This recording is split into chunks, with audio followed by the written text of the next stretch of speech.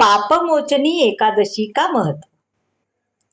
अर्जुन ने भगवान श्री कृष्ण से कहा, हे मधुसूदन, आपने फाल्गुन मास के शुक्ल पक्ष की एकादशी अर्थात अमल की एकादशी के बारे में विस्तार पूर्वक बतलाया। चैत्र माह के कृष्ण पक्ष में आने वाली एकादशी का क्या नाम है तथा उसकी विधि क्या है? कृपा करके आप मेरी बढ़ती हुई जिज्ञासा को शांत करें। भगवान श्री कृष्ण ने कहा, हे अर्जुन, चैत्र मास के कृष्ण पक्ष की एकादशी को पापमोचनी एकादशी के नाम से जाना जाता है। एक बार की बात है, पृथ्वीपति राजा मांधाता ने लोमश ऋषि से यही प्रश्न किया था जो तुमने मुझे किया है। अतः जो कुछ भी ऋषि लोमश ने राजा मांधाता को बतलाया वही मैं तुमसे कह रहा हूँ। राजा मांधाता ने धर्म के गुह्यतम रहस्यों के लिए ज्ञाता महर्षि लोमश से पूछा, हे ऋषि श्रेष्ठ, मनुष्य के पापों का विमोचन किस प्रकार संभव है? कृपा करके ऐसा सरल उपाय बताए जिससे सभी को सहज ही पापों से छुटकारा मिल जाए। पाप मोचनी एकादशी व्रत कथा। महर्षि लोमेश ने कहा, हे नृपति, चैत्र मास के कृष्ण पक्ष की एकादशी का नाम पाप मोचनी एकादशी है। उसके व्रत के प्रभाव से मनुष्यों के अनेक पाप नष्ट हो जाते हैं। मैं तुम्हें इस व्रत की कथा सुनाता हूँ, ध्यान पूर्वक श्रवण करो। प्राचीन समय में चैत्ररथ नामक एक वन था। उसमें अप्सराएं किन्नरों के साथ विहार किया करती थी। वहाँ सदैव वसंत का मौसम रहता था, अर्थात उस जगह सदा नाना प्रकार के पुष्प खिले रहते थे। कभी गंधर्व कन्याएं विहार किया करती थी, कभी देवेंद्र अन्य देवताओं के साथ क्रीड़ा किया करते थे। उसी वन में मेधावी नाम के एक ऋषि भी तपस्या में लीन रहते थे। वे शिव भक्त थे।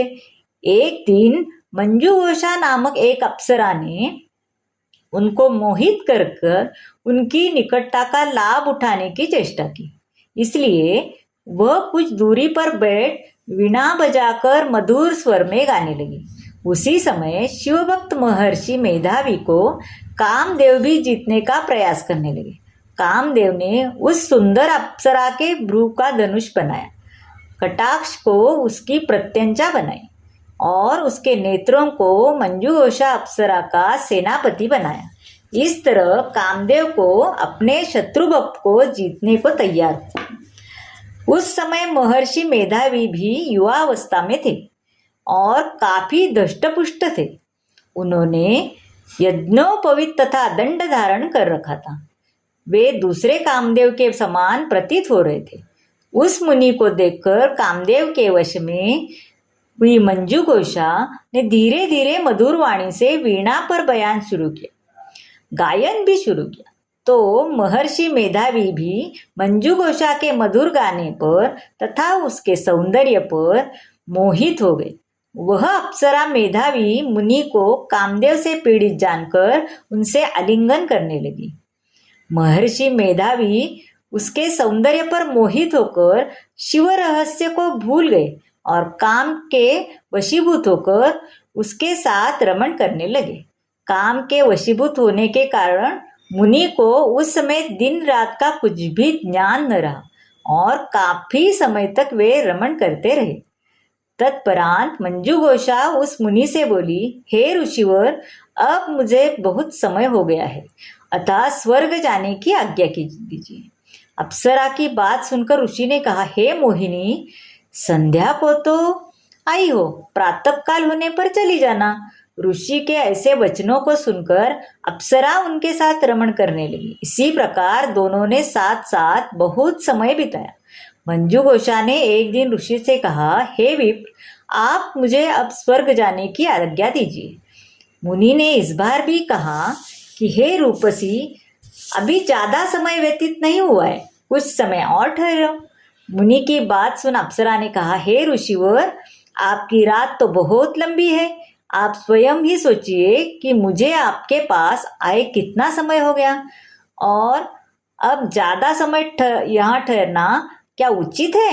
अप्सरा की बात सुन मुनि को समय का बोध हुआ और वह गंभीरता पूर्वक विचार करने लगे।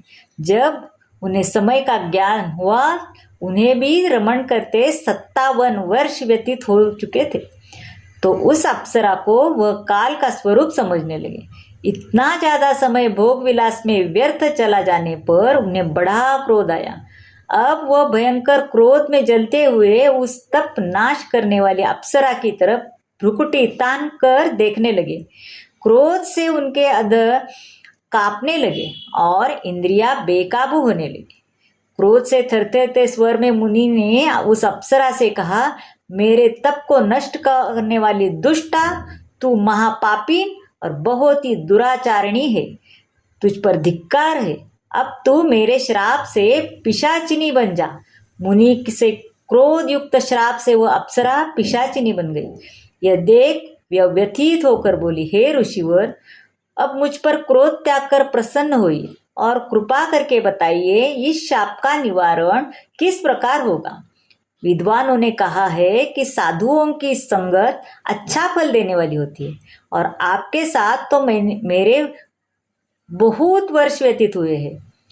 अतः आप मुझ पर प्रसन्न हो जाइए, अन्यथा लोग कहेंगे कि एक पुण्यात्मा के साथ रहने पर मंजू घोषा पिशाचिनी बनना पड़ा। मंजू घोषा की बात सुनकर मुनि को अपने क्रोध पर अत्यंत ग्लानि हुई, साथ ही अपनी अपकीर्ति का भय भी हुआ। अतः पिशाचिनी बनी मंजू घोषा ने मुनि से कहा, तूने मेरा बड़ा बुरा किया है, किंतु फिर भी मैं तुझे इस श्राप से मुक्ति का उपाय बतलाता हूँ।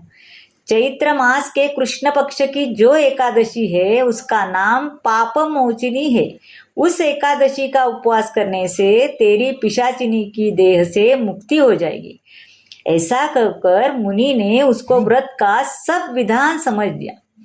फिर अपने पापों का प्रायश्चित्त करने के लिए वे अपने पिता च्यवन ऋषि के पास गए।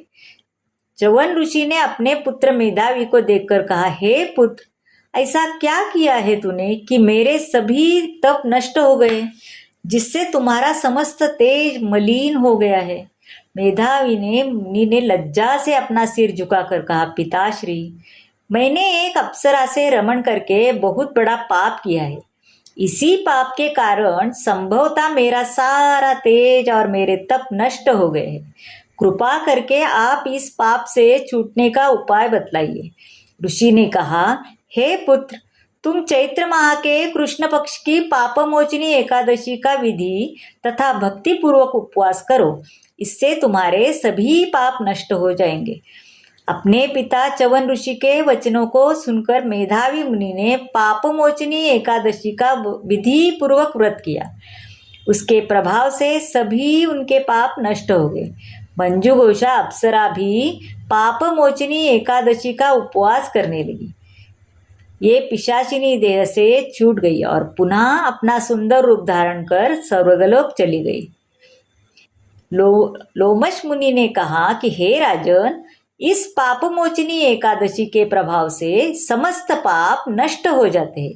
इस एकादशी की कथा के श्रवण व पठन से 1000 गौदान करने का फल प्राप्त होता है। इस उपवास को करने से ब्रह्म हत्या करने वालों, स्वर्ण चुराने वाले, मद्यपान करने वाले, अगम्यागमन करने वाले आदि सभी भयंकर पाप भी नष्ट हो जाते और अंत में स्वर्गलोक की प्राप्ति होती है। श्री स्वामी समर्थ।